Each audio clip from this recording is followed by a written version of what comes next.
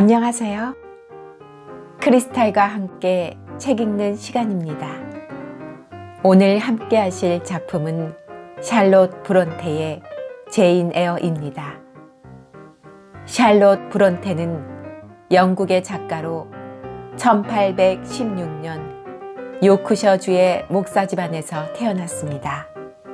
5살 때 어머니를 여윈 뒤 10살도 되기 전에 두 언니를 잃었으며 다 자라서는 남동생과 여동생, 두 동생을 잃는 등 죽음의 그림자가 그녀 곁을 떠나지 않았습니다.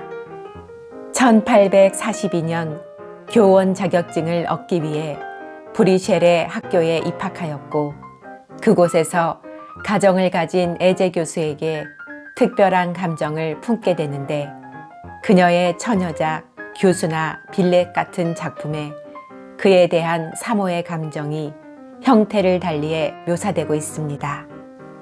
그녀는 1854년 아버지의 보좌역을 맡았던 니콜스 목사와 결혼했으나 그 이듬해 폐결핵에 걸려 39세의 나이에 갑자기 세상을 떠났습니다. 샬롯은 짧은 생을 살았기에 그리 많은 작품을 남기지는 않았지만 오늘날까지 많은 독자들의 사랑을 받고 있습니다. 그녀는 여성으로서의 삶이 아니라 한 인간으로서의 삶을 피력했고 단번에 근대 작가의 반열에 오를 수 있었는데 그것이 오늘날까지 많은 독자를 사로잡는 이유라고 할 수 있습니다. 구독, 좋아요, 알림 설정 부탁드립니다. 14. 그 후 며칠 동안 나는 로체스터시를 만나지 못했다. 아침나절엔 일 때문에 매우 바쁜 것 같았고 오후에는 손님들이 방문에 늦도록 머물러 있었다. 그동안은 아델도 그에게 불려가는 일이 없었고 나도 가끔 층계나 복도 등에서 우연히 마주칠 뿐이었다. 어느 날 저녁 그는 손님들과 만찬을 하다가 내 화첩을 보내달라고 하인을 보냈다. 그림을 손님들께 보여주려고 하는 것 같았다. 그날은 비바람이 사납게 몰아쳤기 때문에 손님들은 일찍 저택을 떠났다. 손님들이 모두 돌아가자 그는 하녀를 불러 나와 아델을 아래층으로 내려오도록 전가를 보냈다. 나는 옷차림을 점검한 후 아델을 데리고 아래층으로 내려갔다. 아델은 이제 선물을 주려는가 보다고 말했다. 그것은 정말이었다. 선물 상자는 우체국 측의 잘못으로 오늘에야 겨우 도착한 것이었다. 우리가 식당에 들어섰을 때 식탁 위에 작은 상자가 놓여 있는 것이 눈에 띄었다. 아델은 깡충깡충 뛰며 좋아했다. 아델이 선물 상자를 부지런히 풀고 있는 동안 나는 문 옆에 조용히 서 있었다. 에어 선생, 거기 있어? 로체스터 씨가 문 쪽을 보며 물었다. 자, 이쪽으로 와 앉으시오. 그는 자기 옆 의자를 가리키며 앉기를 권했다. 난 애들이 떠드는 건 질색이요. 아이들을 상대로 얘기하거나 노는 것을 좋아하지 않아요. 내 곁으로 다가와 앉으시오. 그는 배를 눌러 페어팩스 부인을 불렀다. 부인은 곧 뜨개질감을 들고 달려왔다. 어서 오시오 아주머니. 좀 도와달라고 부른 거요. 아델에게 선물 이야기로 나를 귀찮게 굴면 안 된다고 했지만 저앤 말이 하고 싶어 죽을 지경일 거요. 그러니 저 애의 말동무가 좀 돼주시오. 실제로 아델은 페어팩스 부인을 보자마자 상자 속에 든 장난감들을 늘어놓고 조잘거리기 시작했다. 로체스터 씨는 내게 얼굴이 잘 보이도록 밝은 곳으로 옮겨 앉으라고 했다. 나는 그늘 쪽에 앉는 것이 더 좋았지만 그의 명령조에 말투가 하도 엄해서 그대로 따르기로 했다. 난로는 뜨겁게 달아 있었다. 그가 한동안 난로불만 바라보고 있어서 나는 그의 얼굴을 자세히 살펴볼 수 있었다. 그때 갑자기 내 쪽으로 얼굴을 돌린 그는 내 시선이 자기 얼굴에 못 박혀 있음을 알아차렸다. 당신은 나를 살피고 있군. 그는 말을 이었다. 나를 미남이라고 생각하시오? 갑자기 이런 질문을 받은 나는 생각할 틈도 없이 대답을 했다. 아니요. 그래요? 역시 당신은 어딘가 조금 달라. 당신은 누가 당신에게 무얼 물으면 서슴지 않고 대꾸한단 말이야. 듣기 싫다고는 할 수 없지만 딱딱한 대답이야. 용서하세요. 제가 너무 솔직하게 말씀드렸나요? 괜찮소. 더 얘기해봐요. 내게 어떤 결점이 있는 것 같소? 그래도 내 딴에는 남에게 그다지 뒤지지 않는 얼굴이라고 생각했는데. 로체스터 선생님, 처음에 말씀드린 것은 취소하겠어요. 꼭 그렇게 대답하려고 한 건 아니었고 어쩌다 불쑥 튀어나온 말이었어요. 그렇겠지. 나도 그렇게 생각해요. 하지만 당신은 처음 한 말에 대해 책임을 져야 하오. 자, 어서 말해보시오. 내 이마는 어떻소?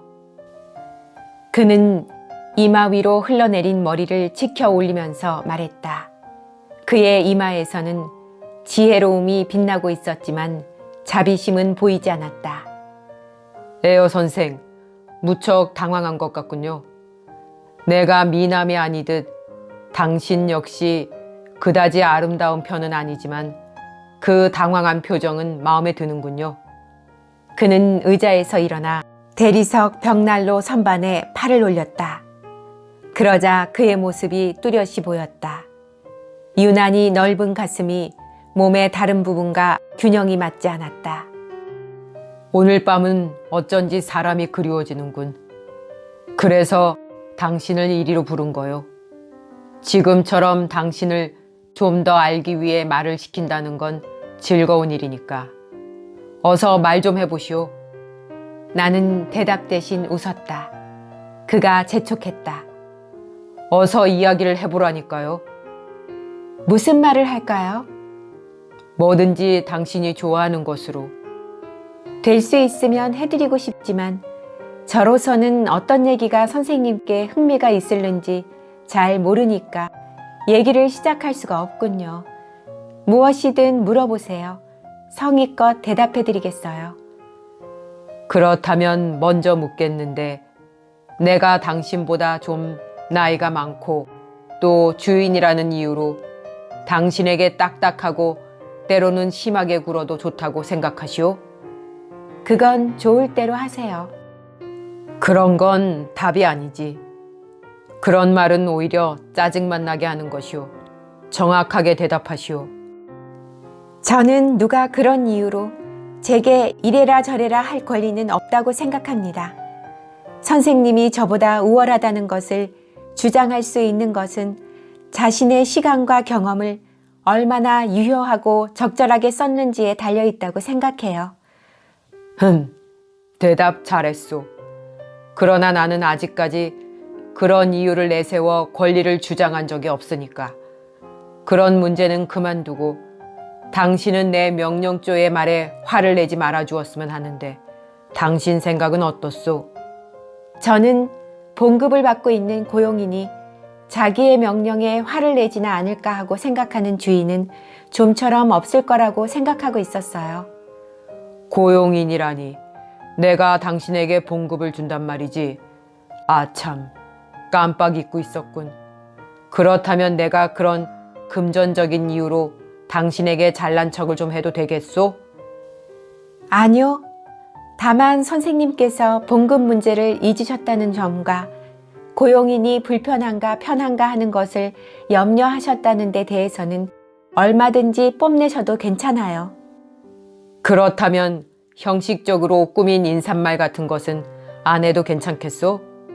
네, 저는 오히려 그런 편이 좋아요. 그렇다고 너무 무례한 것은 싫습니다. 생략하는 것과 무례한 것에는 엄격한 차이가 있으니까요. 아무리 봉급을 위해서라 해도 자유로운 몸으로 태어난 사람이라면 적어도 무례한 것에는 복종하지 않으려 할 거예요. 그럴까요? 내 생각엔 자유의 몸으로 태어난 거의 모든 사람이 봉급을 위해서라면 어떤 일에도 복종할 것 같은데, 지금 당신이 한 말은 맞는 것이 아니었지만 그 내용과 태도가 마음에 드니까 마음으로 박수를 보내지요. 내가 만일 3,000명의 사람들에게 이런 질문을 했더라도 지금 당신이 한 것과 같은 대답은 들을 수 없었을 거요. 그는 다시 말을 이었다. 나한테도 결점은 많아요. 그건 잘 알고 있는 일이니 구태여 변명 같은 것은 하지 않겠소. 나의 이 점은 하느님께서도 잘 알고 계실 거요. 나는 가슴 깊이 반성해야 할 과거의 생활, 일련의 행위들을 돌이켜볼 때마다 남을 향해 퍼붓는 조소와 비난을 자기 자신한테로 돌리는 것이 당연하다고 생각하고 있소. 21살 때 나는 인생 행로를 그르쳤소. 아니, 그보다 오히려 잘못된 방향으로 밀려났소. 그 후 끝내 올바른 방향으로 돌아오지 못했소. 만일 내 과거가 그렇지만 않았더라면 나는 지금과는 매우 다른 사람이 되었을 거요. 선생 못지않게 선량하고 현명한, 당신만큼 순결한 사람이 되었을지도 모르지. 난 선생이 가진 평화로운 마음, 깨끗한 양심, 더럽지 않은 과거의 기억이 부럽소. 사실 티끌 하나 없는 깨끗한 기억은 이 세상의 가장 값진 보석이나 다름없소. 아니, 마르지 않는 슬기를 솟게 하는 원천이라고 생각하고 있소. 어때요? 그렇지 않소? 그렇다면 18살 때의 기억은 어땠나요? 그때는 성실했지요. 맑은 정신과 넘치는 건강을 가졌었소. 웅덩이에 물이 고이면 썩는 게 당연하지만 그 당시에는 아무리 더럽고 추잡한 것일지라도 내 마음을 더럽힐 수는 없었소. 그래요. 18살 때 바로 지금의 당신과 똑같았소. 그래, 틀림없어요. 신은 나를 선량한 사람으로 만들려고 하셨던 게 틀림없어요. 나는 선량한 사람이 될 수 있었소. 그런데 그렇게 되지 못했다고 솔직히 말하지 않을 수 없소. 다만 내가 굳게 믿는 것은 내 천성이 나빠서 돈을 낭비하고 방탕한 생활로 인생을 허송했다기보다는 환경이 나를 타락하도록 했다는 점이요. 내가 이런 고백을 한다고 해서 이상하게 생각하시오? 자신은 모르겠지만 당신은 어쩐지 내 마음속의 비밀을 털어놓고 싶게 만드는 사람이요. 당신의 장점은 다른 사람의 이야기를 끝까지 들어주는 데 있다는 것을 잘 기억해둬요. 그리고 당신에게는 다른 사람의 무분별한 행위에도 심술궂은 멸시가 아닌 따뜻한 동정심으로 감싸서 그 사람을 감화시키는 신비한 힘이 있소. 동정심을 표시하는 방법도 갖가지지만 당신같이 겸손한 방법이라 해서 감화력이 적은 것은 아니란 말이오. 선생님은 저의 그런 점을 어떻게 아셨어요? 그런 것을 어떻게 추측할 수 있죠? 나는 그런 것을 잘 알고 있소. 그래서 마치 내 일기장에 쓰여 있는 내 생각을 읽듯 분명히 말할 수 있는 거요.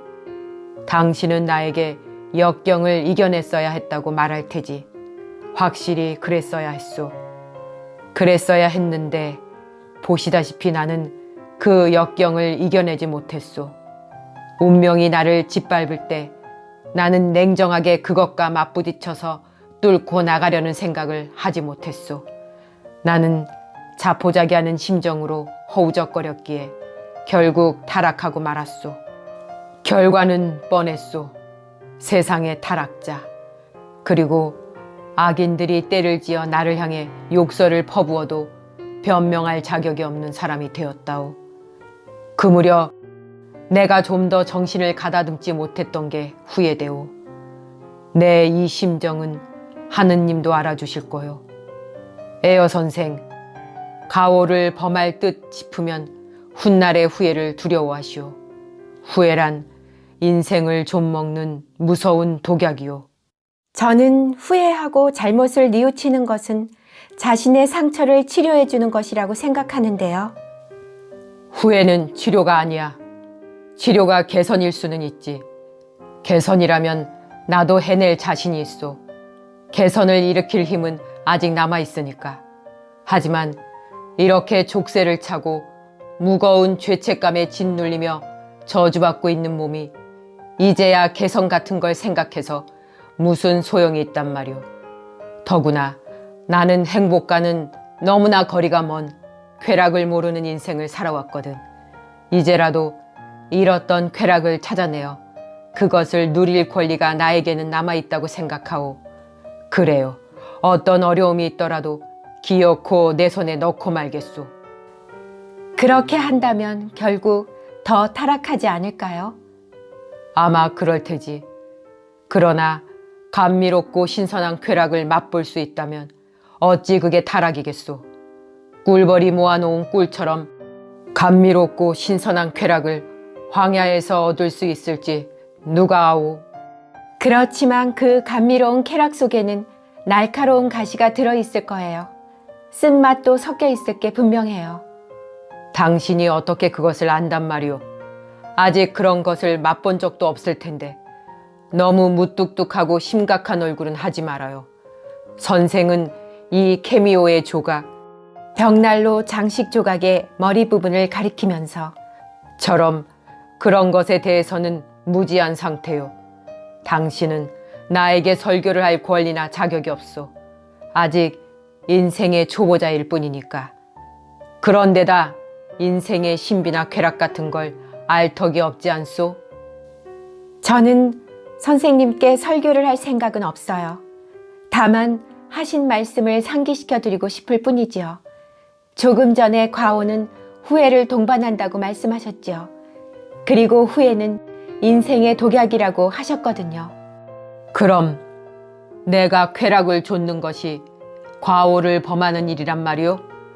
나는 내 머릿속에 스친 이 생각이 잘못을 부르는 일이라고는 생각하지 않소. 이것은 유혹이 아니야. 영감이라고 생각해. 대단히 유쾌하고 기분 좋은 영감이란 말이오. 나는 알고 있소. 또 생각이 나는군. 그건 타락의 악마가 아니야. 설사 그것이 악마라 할지라도 천사의 날개 옷을 걸치고 있거든. 이런 아름다운 천사가 내 마음속에 들어오겠다고 청한다면 어찌 매정하게 거절한단 말이오. 도리어 반갑게 맞아들여야 하거늘. 그런 것을 믿어서는 안 된다고 생각해요. 그 천사는 가짜 천사예요. 타락한 악마가 변신한 것이에요. 그럼 다시 묻겠는데 당신은 그것을 어떻게 단언할 수 있지? 도대체 어떤 능력이 있기에 지옥에서 온 천사와 영원한 옥자에서 온 천사를 가려낼 수 있단 말이오. 어떤 근거로 행복의 안내자와 타락의 유혹자를 식별할 수 있다는 거요? 그건 당신의 얼굴로 알 수 있어요. 영감이 떠오른다고 말씀하셨을 때의 얼굴은 몹시 어둡고 괴로워 보였어요. 선생님이 유혹의 속삭임에 귀를 기울이시면 가짜 천사는 틀림없이 선생님을 더 큰 불행 속으로 끌고 들어갈 겁니다. 천만에 그 영감은 나에게 이 세상에서 가장 축복받을 신의 소식을 가지고 온 거요. 더 이상 내 일에 간섭하지 말아주오. 당신은 내 양심을 지켜주는 수호자가 아니야. 오, 방랑의 천사여, 어서 내 품으로 들어오라. 그는 이렇게 말하면서 마치 자기에게만 보이는 환영을 상대로 말을 주고받듯 허공을 응시하며 양팔을 크게 벌려 천사를 끌어안는 신용을 했다. 그렇게 얼마 동안 이야기를 나누다가 결말 없는 그리고 좀처럼 납득이 가지 않는 논쟁을 계속한다는 건 어리석다는 생각이 들어 나는 자리에서 일어섰다. 말상대의 성격이 내 통찰력이 미치지 않는 먼 곳에 있다는, 적어도 지금의 내 능력으로는 거기에 미치지 못함을 깨달았을 때 다가오는 불안과 막연한 위험을 느꼈기 때문이다. 어딜 가려는 거요? 아들을 재워야겠어요. 잘 시간이 지났거든요. 당신은 나를 피하려 드는군. 두려운가? 내가 스핑크스 같은 말만 짓거려서? 그런 게 아니오? 그래요. 선생님 말은 모두 수수께끼 같아요. 그렇지만 놀라기는 했어도 두려워하지는 않아요. 아니야, 두려워하고 있어. 당신의 자존심은 실수를 저지를까봐 두려워하고 있어. 그런 의미에서는 분명히 두려워하고 있어요. 전 경솔한 말을 할까봐 겁이 나요. 경솔한 말을 했다손 치더라도 당신의 말은 모두 조용하고 진지하게 들리니까 나는 정당하게 받아들일 거요. 그런데 당신은 웃을 줄 모르오? 질문이 마음에 내키지 않으면 대답을 안 해도 돼요. 난 당신이 웃는 걸 아직 본 적이 없어요.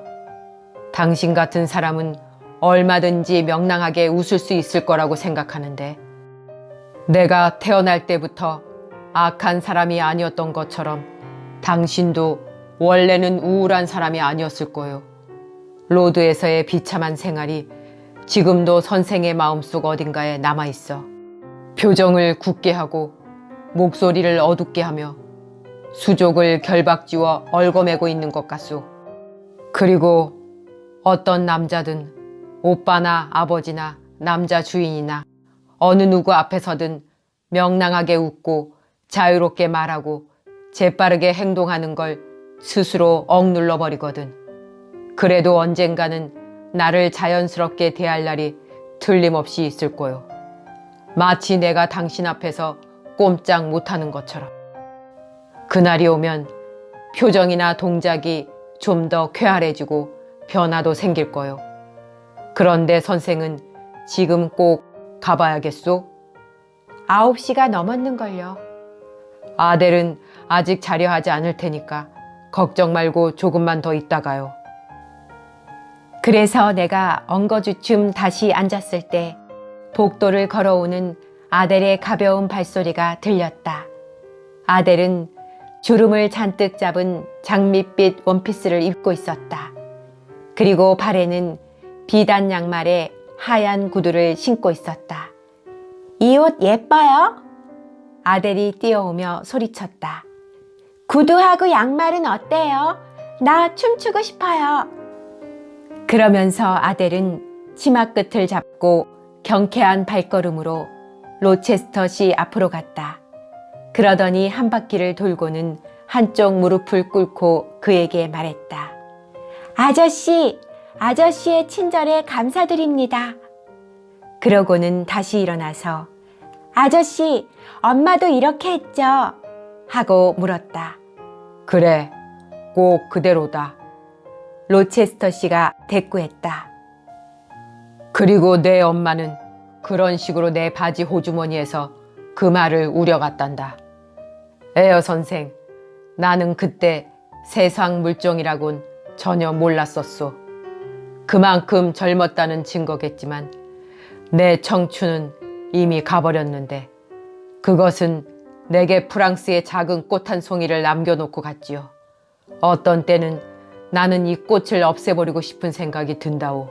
하지만 착한 일을 하면 여러 가지 죄가 씻길 수 있다는 천주교의 가르침에 따라 저 애를 키우고 있는 거라오.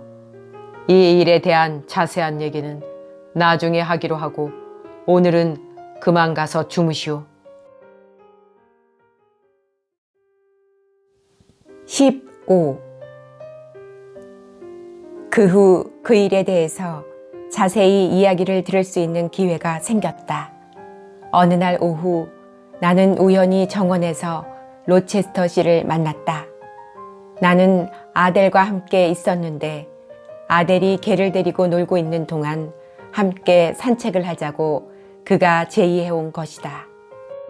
로체스터 씨는 아델이 자기가 전에 열렬히 사랑했던 프랑스 오페라 무용수인 셀린 바랭의 딸이라고 했다.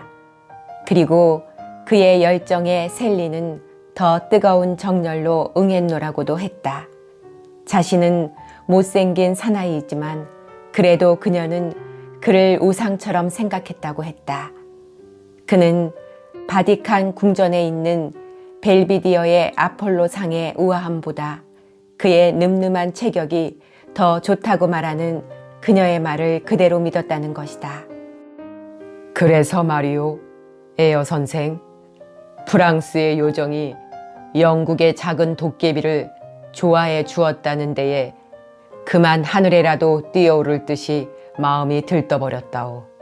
나는 그녀에게 호텔을 마련해주고 와인이며 마차며 캐시미어 옷이며 다이아몬드 그리고 값비싼 레이스 등 끊임없이 선물을 안겨주었지. 한마디로 말하면 여색에 빠져버린 사나이들이 흔히 그렇듯이 그런 생활 속에서 타락하기 시작한 거요. 난 당연히 그렇게 될 운명이었지만 다른 탕아들이 겪었던 운명을 고스란히 맞이하였어. 어느 날 밤 셀린과 약속을 하지 않은 채 슬쩍 찾아가 보았더니 그녀는 외출하고 없었소. 그날 밤은 매우 무더운 밤이었소. 난 파리의 거리를 거닐어 피곤하기도 하고 해서 그녀의 침실에 앉아 조금 전까지도 있었을 그녀가 남긴 성스러운 자취를 마음껏 호흡하고 있었소. 아니, 이건 너무 지나친 표현 같소. 그녀의 어디에 성스러운 힘이 있었다고 믿은 적은 없소. 그녀가 남긴 것은 성스러운 향기가 아니라 사향이나 용연향 같은 냄새였소. 온실 속의 꽃향기와 잔뜩 뿌려놓은 향수 내음에 숨이 막힐 것 같아 나는 문을 열고 발코니로 나가고 싶어졌소. 달이 밝고 가스등도 빛나고 있었소. 또 조용한 하늘은 끝없이 맑았었지.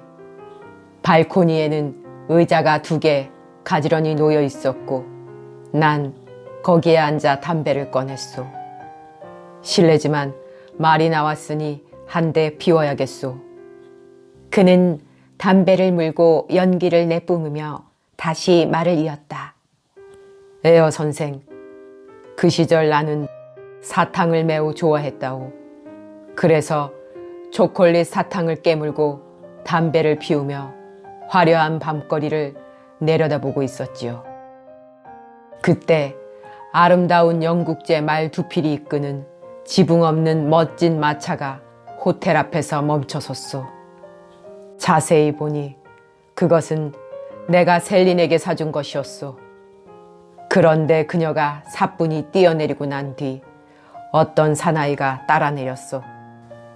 질투심을 느껴본 일이 없지요, 에어 선생? 물론 없겠지. 물어볼 필요도 없소. 사랑을 해본 일이 없을 테니까. 그 어느 것이든 이제부터 경험하겠지. 당신의 영혼은 잠들어 있어도 그것을 깨워줄 충격이 이제부터 주어지게 될 거요. 모든 인생은 당신의 지금 같은 젊은 날들이 모르는 사이에 지나가 버리듯이 그런 조용한 물결을 타고 흘러가 버리는 것이라고 당신은 생각하고 있을 거요. 이렇게 나의 애인이 낯선 사나이와 함께 들어오는 것을 본 나는 질투로 가슴이 타는 것 같았소. 그러나 나는 발코니에 그대로 앉아 있었소. 셀린과 그 사나이가 틀림없이 방으로 들어올 줄 알았기 때문이요. 열려진 창문으로 손을 넣어 커튼을 잡아당겨 방 안을 들여다보일 만큼 틈을 남겨놓았소. 2 사람이 들어오자 시녀가 등잔에 불을 붙였기 때문에 난 문틈으로 그들의 모습을 엿볼 수 있었소. 불빛에 드러난 셀린은 내가 선물로 준 보석과 옷으로 몸을 감싸고 있었소. 사나이는 이따금 사교계에서 얼굴을 대하곤 하던 품행이 좋지 않은 자작이었소. 그 사람이라는 것을 알자 내 질투의 화신은 그 순간 쓰러지고 말았소. 셀린에 대한 내 애정의 불길이 사라져버렸기 때문이오. 그런 보잘것없는 녀석과 상대하는 여자라면 더 이상 볼 게 없다는 생각이었지. 탁자 위에 내 명함이 한 장 있었는데 그걸 본 두 사람은 내 흉을 보기 시작했소. 그때 아델이 달려왔다. 아저씨, 존이 그러는데 대리인이 아저씨를 뵙자고 한대요. 그래? 얘기를 빨리 끝내야겠군. 그래서 나는 문을 열고 그들 앞으로 나갔소. 그리고 내가 보호하고 있던 셀린을 자유롭게 해주고는 호텔을 떠나도록 통고했소. 셀린이 몸부림을 치며 용서해달라고 빌었지만 나는 듣지 않았소. 자작 녀석과는 다음 날 불로뉴 숲에서 만나자고 약속을 했소. 이튿날 아침 나는 그와 결투하는 영광을 누리게 되었는데 병에 걸린 병아리 같은 녀석의 가느다란 팔에 총알을 한 방 먹였소. 그리고 나는 그곳으로 그들과의 모든 인연이 끝난 것으로 생각했소. 그런데 불행하게도 셀리는 그 일이 있기 6개월 전에 아델을 낳았는데 그 애가 내 딸이라고 주장했소. 아마 그럴지도 모르오. 그러나 나는 전혀 그런 생각이 안 들었소. 내가 저 애의 어머니와 인연을 끊은 지 몇 회 뒤에 그 여자는 저 애를 버리고 음악가인지 가수인지 하는 놈하고 이탈리아로 도망가 버렸소.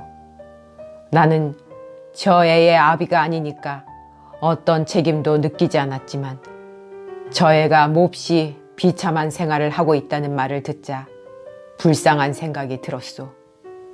그래서 이곳에 데려다 놓은 거요. 당신은 이제 아델이 프랑스 무용수에 사생활한 걸 알았으니 혹시 저 애를 못 가르치겠다고 하는지도 모르겠군. 그렇지 않소? 천만에요. 아델에게는 어머니의 잘못에 대한 책임도 당신의 잘못에 대한 책임도 없어요. 게다가 지금 저 애가 어떤 의미에서는 고아라는 것을 알게 되니까 지금까지보다 더 친근한 느낌이 드는데요. 우리 같은 사람을 업신여기는 부잣집 말썽쟁이보다는 친구처럼 생각되는 고아 쪽이 훨씬 좋지 않겠어요?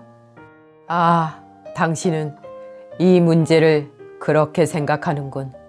자, 이제 그만 들어갑시다. 그러나 나는 아델을 데리고 잠시 더 놀았다. 달리기도 하고 제기차기도 하면서. 방에 들어가자 나는 아델의 모자와 외투를 벗겨주었다. 아델을 무릎에 앉히고 얼마 동안 제멋대로 놀게 내버려 두었다. 아델은 어느 정도 응석을 받아주면 금방 제멋대로 행동했다. 자기 어머니한테서 물려받은 성격인 것 같았다. 그러나 그 나름대로의 장점도 많았다. 나는 그 장점을 어떻게 해서든지 최대한 높게 평가해주고 싶었다. 나는 그 무표정한 모습에서 로체스터 씨와 닮은 점이 있는가 살펴보았지만 아무데도 없었다. 그건 슬픈 일이었다.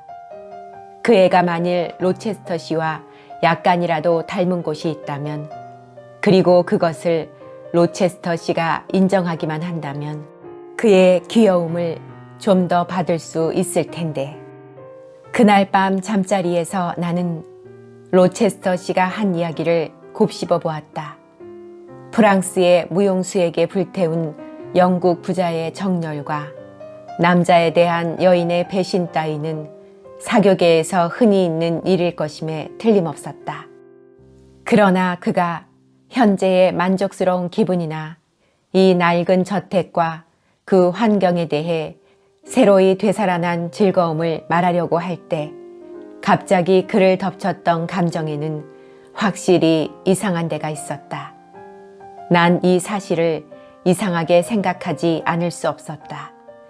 그래서 깊이 생각해 보았지만 당장은 설명할 수가 없다는 것을 알았으므로 그 생각을 지워버리고 나에 대한 주인의 태도를 생각해 보기로 했다. 그가 나에게 보인 신뢰감은 내 깊은 사고에 대한 칭찬으로 생각되었다. 나는 그걸 그대로 받아들이기로 했다. 이 몇 주일 동안 나에 대한 그의 태도는 처음처럼 변덕스럽지 않았다. 내가 그의 기분에 거슬리지는 않는 모양이었다. 차츰 차가운 시선과 거만한 태도를 보여주는 일이 없게 되었다. 지나다가 만나도 얼굴을 마주치는 것이 즐거운 것 같았다. 언제나 말을 건네주었고 때로는 미소도 지어 보였다. 그의 느긋하고 차분한 태도는 나를 견디기 힘든 긴장감에서 벗어나게 해주었다. 진심이 담겨져 있을 뿐만 아니라 예의 바르고 우정에 가득 찬 솔직함으로 나를 대해주었고 그런 것이 매력으로 느껴졌다. 때로는 그가 마치 내 주인이라기보다는 오히려 친척인 것처럼 느껴지기도 했다. 하지만 역시 때때로 거드름을 피울 때가 있었는데 나는 그것이 그의 습관임을 알고 있었으므로 그런 것에는 신경을 쓰지 않았다. 나는 이런 생활에 새로운 흥미를 갖게 되었으므로 매우 만족스럽고 기쁜 마음에 친척들 생각도 잊어버리고 있었다. 가냘픈 초승달 같은 내 운명도 점점 좋아지는 것 같았다. 이런저런 생각에 잠 못 이루다가 언제인지 모르게 잠든 나는 웅얼웅얼 하는 소리에 문득 잠을 깼다. 그 소리는 꼭 내 머리맡에서 들리는 것 같았다. 나는 자리에서 일어나 앉았지만 그야말로 캄캄한 밤중이라 아무것도 보이지 않았다. 촛불을 켜둔 채 잘 걸 그랬다는 생각이 들었다. 침대에 앉은 채로 귀를 기울였으나 아무 소리도 들리지 않아 다시 잠을 청하려 했지만 마음이 불안해서 잠이 오지 않았다. 아래층 홀의 시계가 2시를 알렸다. 그 순간 나는 누군가가 내 침실 문을 더듬는 듯한 기분을 느꼈다. 온몸에 소름이 쫙 끼치는 것을 느끼며 떨리는 목소리로 소리쳤다. 거기 누구세요? 나는 곧 그것이 파일럿인지도 모른다고 생각했다. 그 개는 부엌문이 열려 있거나 하면 로체스터시의 침실 입구까지 더듬어 오곤 했기 때문이다. 아침에 그곳에서 엎드려 자고 있는 것을 몇 번 본 적이 있었다. 그런 생각이 들자 나는 얼마간 안정을 되찾고 자리에 다시 누웠다. 정적은 신경을 안정시켜 주었고 온 저택이 차차 그 누구의 침에도 받지 않으며 정적 속에 잠겨들자 잠이 다시 찾아오는 것 같았다. 그러나 나는 그날 밤 잠들 수 없는 운명이었던 모양이다. 꿈이 귓가에까지 가까이 왔는가 했더니 심장 속까지 얼어붙을 것 같은 일이 일어나자 무서워 달아나 버리는 것이었다. 그것은 악마의 웃음이었다. 낮게 잇몸 사이로 새어나오는 듯 깊은 곳에서 들리는 듯 했는데 내 침실 문의 열쇠구멍에서 들려오는 것 같았다. 내 침대는 베개 쪽이 문 가까이에 있었으므로 처음에는 귀신의 웃음소리 같은 것이 내 침대 옆에 서 있는 것처럼, 아니 그보다 베갯머리에 웅크리고 있는 것처럼 들리기도 했다. 일어나서 살펴보았지만 아무것도 보이지 않았다. 괴상한 소리는 다시 되풀이되었고 난 그 소리가 방문 밖에서 들려오는 것임을 알았다. 내 최초의 반사작용은 일어나서 문의 고리를 채우는 일이었다. 그런 다음에는 다시 누구세요? 하고 외쳤다. 잠시 후에 3층 계단 쪽을 향해 복도를 스쳐 지나가는 발소리가 들렸다. 이어서 층계를 막은 문이 열렸다 닫히는 소리가 났다. 그러고는 다시 사방이 조용해졌다. 나는 마음속으로 혹시 그레이스 풀이 아닐까? 그 여자는 악마에게 홀려 있는 걸까? 하고 생각했다. 나는 무서워서 더는 혼자 있을 수가 없었다. 그래서 페어팩스 부인에게로 가려고 재빨리 옷을 걸쳤다. 그리고는 떨리는 손으로 잠갔던 문을 열었다. 방문 바로 바깥 복도의 카펫 위에 촛불이 켜져 있었다. 나는 그것을 보고 깜짝 놀랐다. 그러나 주위가 마치 연기에 잠긴 것처럼 뽀얀 것에 가득 둘러싸여 있음을 알았을 때 내 놀라움은 더욱 커졌다. 나는 이 파란 연기가 어디에서 나오는지 알아보려고 좌우를 둘러보았다. 그때 뭔가 타는 듯한 매캐한 냄새가 퍼져왔다. 그 냄새는 로체스터 씨의 침실에서 흘러나왔다. 침실 문은 약간 열려 있었는데 그 틈으로 구름 같은 연기가 뭉글뭉글 새어나오고 있었다. 나는 순간 로체스터 씨의 침실로 뛰어들어갔다. 불길은 이미 침대 주위로 번져가고 있었다. 그 속에서 로체스터 씨는 깊이 잠들었는지 꼼짝도 않고 누워 있었다. 나는 그의 몸을 흔들어 깨우며 소리쳤다.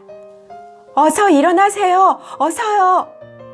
그러나 그는 뭐라고 중얼거리면서 돌아 누웠다. 불은 어느새 이불로 옮겨 붓고 있었다. 나는 물 주전자가 있는 곳으로 뛰어갔다. 물 주전자에는 다행스럽게도 물이 가득 담겨 있었다. 나는 그것을 들여다 로체스터 씨에게 끼얹었다. 그러고는 내 방으로 재빨리 돌아와 물 주전자를 가져다가 다시 침대에 들이부었다. 신의 가호로 나는 침대를 삼키려던 화염을 끄는데 겨우 성공했다.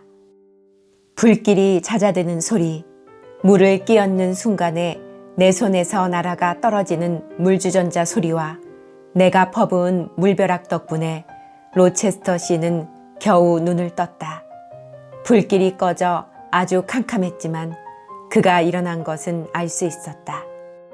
물난리라도 났나? 아니요, 불이 났었어요. 얼른 일어나서 옷 갈아입으세요. 옷이 흠뻑 젖었을 거예요. 이게 어찌된 일이지? 당신은 제인 에어가 아니오? 나를 물에 빠져 죽게 만들려고 했나? 어서 일어나시기나 하세요. 촛불을 갖다 드릴 테니 누군가 무슨 흉계를 꾸민 것 같아요. 누가 이런 짓을 했는지 빨리 알아보세요. 자, 일어났소. 하지만 뭐 좀 걸칠 걸 찾을 때까지는 촛불을 가져오지 말아요. 마른 옷이 어디 있을 텐데. 아, 참, 가운이 있었지. 어서 촛불을 가져와요.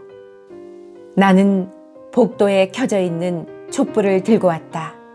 로체스터 씨는 그곳으로 침대를 비춰보았다. 온통 새카맣게 그을려 있었고 시트와 카펫은 물에 흠뻑 젖어 있었다. 이건 또 웬일이지?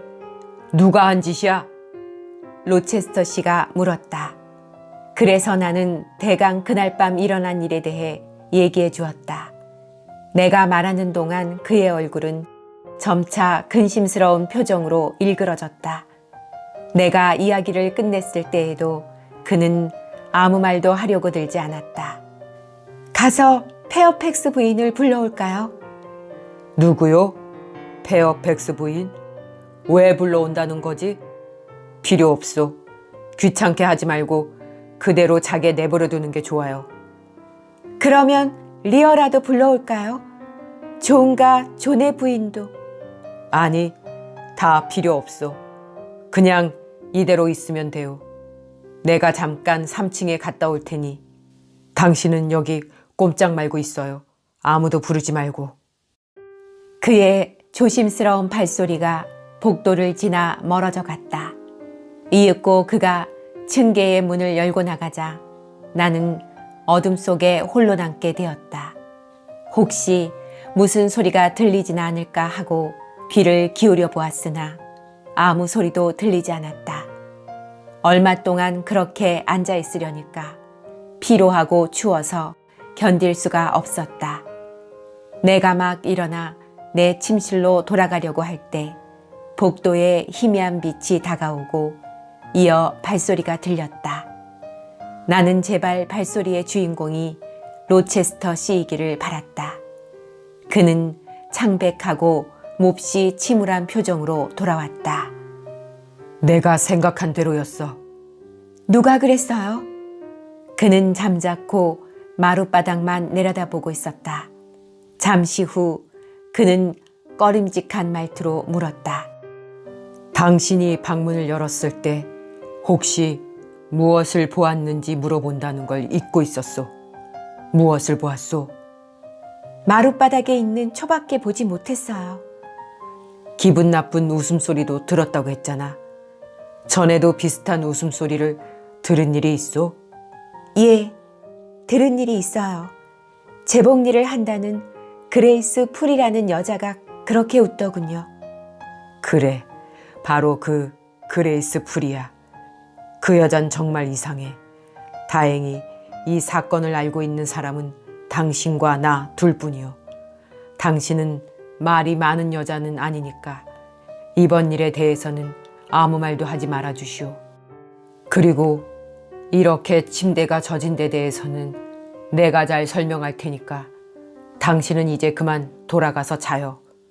나는 서재 의자에서 잘 테니까. 나는 침대로 돌아오기는 했지만 좀처럼 잠을 이룰 수가 없었다. 잠을 자기는커녕 새벽이 올 때까지 여러 가지 생각을 하느라고 머리가 빠개질 듯 했다. 날이 밝자 흥분해 있던 나는 이내 자리에서 일어났다. 16. 이렇게 이상한 사건이 일어난 다음 날 나는 로체스터 씨를 만나고 싶었지만 한편으로는 만나는 것이 두렵기도 했다. 아침나절이 그럭저럭 별다른 일 없이 지나갔다. 나는 다른 날과 다름없이 아델의 공부를 돌봐주었다. 아침을 먹으러 가면서 로체스터 씨의 방을 들여다보니 모든 것이 전처럼 제대로 정돈되어 있었다. 다만 침대 위에 시트와 커튼만이 거쳐 있을 뿐이었다. 리어가 연기에 새까맣게 그을린 유리를 걸레로 닦고 있었다. 나는 어젯밤의 일에 대해서 어떻게 말들을 하나 그녀에게 물어보려고 방으로 들어갔다. 그런데 가까이 가보니 방에는 또 한 사람이 있었다. 그는 다름 아닌 그레이스 풀이었다. 틀림없이 그녀가 침대 옆 의자에 앉아서 새 커튼에 고리를 달고 있었다. 나는 그녀의 태연한 얼굴에 놀랐다. 그녀의 얼굴에서는 살인을 하려 했던 사람에게서 볼 수 있는 창백하고 당황한 듯한 표정은 찾아볼 수가 없었다. 내가 어리둥절해서 쳐다보자 그녀가 얼굴을 들었다. 선생님, 안녕히 주무셨어요? 그녀는 사무적인 말투로 이렇게 말하고 나서 다시 자기 일에 열중했다. 나는 그 여자를 시험해보고 싶은 생각이 들었다. 그레이스도 잘 잤어요? 좀 전에 하인들이 모여서 웅성거리던데 무슨 일이 일어났나요? 주인 어른께서 어젯밤에 잠자리에서 책을 읽다가 촛불을 켜놓은 채로 잠이 드셨다는군요. 그래서 불이 커튼에 옮겨 붙었는데 다행히 침대나 이불에 옮겨 붙기 전에 깨어나셔서 주전자의 든물로 불을 끄셨대요. 나는 그녀를 똑바로 쳐다보며 물었다. 정말 이상하군 그래? 로체스터 씨는 아무도 안 부르셨대요? 누구 그분이 일어난 걸 본 사람은 없나요? 아시다시피 하인들은 멀리 떨어진 곳에서 잤으니까 알 리가 없지요. 페어팩스 부인 방과 선생님 방이 주인 어른 방에서 가장 가까운데 페어팩스 부인은 아무 소리도 못 들었대요. 선생님께선 어떠세요? 나는 리어에게 들리지 않도록 작은 소리로 속삭였다. 무슨 소리를 듣긴 했어요. 아주 기분 나쁜 웃음소리를. 설마 주인 어른께서 그렇게 급한 처지에 웃으셨을 리는 없고 아마 선생님께서 잘못 들으셨나 보죠. 나는 그녀의 뻔뻔한 태도에 화가 나서 잘못 듣다니요? 하고 날카롭게 소리쳤다. 그녀는 무엇을 캐내려는 듯한 눈초리로 나를 쳐다보며 그래, 주인님께 그런 웃음소리를 들었다고 말씀하셨나요? 하고 물었다. 아니, 오늘 아침엔 그런 말씀 드릴 틈이 없었어요.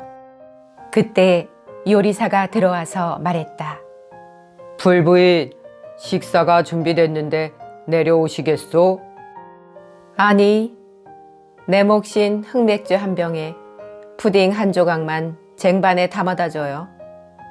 요리사는 페어팩스 부인이 나를 기다리고 있다고 알려주었다. 그래서 그 방을 나왔다.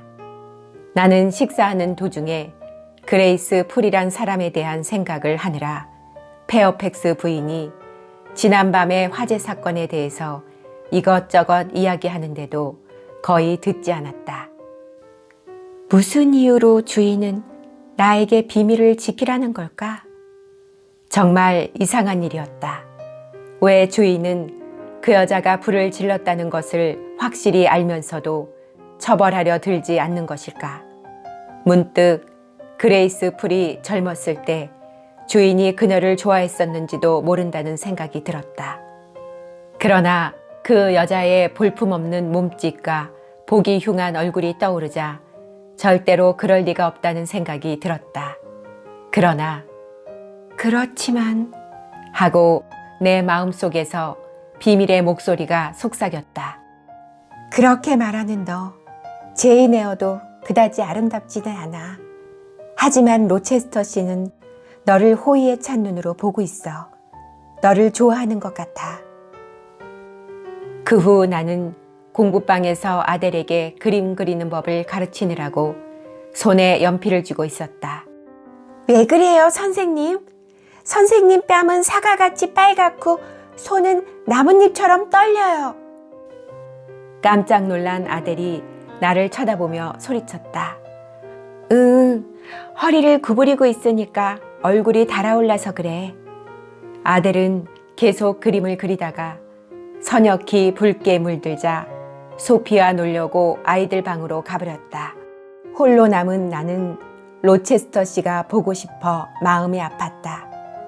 나는 로체스터 씨가 나를 부르러 사람을 보내지 않을까 하고 온 신경을 아래층에 쏟고 있었다. 잠시 후에 층계를 올라오는 발소리가 들렸지만 그것은 페어팩스 부인이 차 준비를 해놓았다고 알리는 것이었다. 내가 아래층으로 내려가자 페어팩스 부인이 말했다. 자 생각이 날 줄 알았어요. 그런데 혹시 어디가 편찮은 건 아니에요? 어째 얼굴이 열에 들뜬 것 같군요. 아니요, 그렇지 않아요. 걱정 마세요. 그럼 뭘 좀 많이 들어요. 부인은 주전자에서 물이 끓는 동안 창밖을 내다보면서 말했다. 별은 안 보이지만 이만하면 여행하기에 좋은 날씨야. 누가 여행을 가셨나요? 로체스터 씨가 리즈로 떠나셨다오. 무슨 굉장한 파티가 있는 모양이에요. 오늘 밤에 돌아오실 건가요? 아마 안 오실 거예요. 어쩌면 일주일 이상 머무르실지도 몰라요. 리즈엔 기부인들이 많은가요? 정말 우아하고 아름다운 분들이 많아요. 이슈튼 부인과 세 분의 따님을 비롯해서 잉그램 남작 부인의 따님인 블랑쉬 잉그램과 메어리 잉그램 등 많이 계시지요. 밤이 되어 혼자 있게 되자 나는 페어팩스 부인이 말한 귀부인들에 대해서 생각해 보았다. 그러자 로체스터 씨가 나를 좋아한다는 것에 대해 자신이 없어졌다. 너 같은 여자가 하고 나는 자신에게 중얼거렸다. 로체스터 씨의 총애를 받는다고 해서 내가 그를 기쁘게 해줄 수 있는 능력을 가졌다고 생각하니? 내가 어떤 형태로든 그에게 중요한 존재가 될 수 있단 말이니? 나는 내 감정을 억누르며 자신에게 타일렀다. 로체스터 씨에 대해 지나친 기대는 갖지 말자고.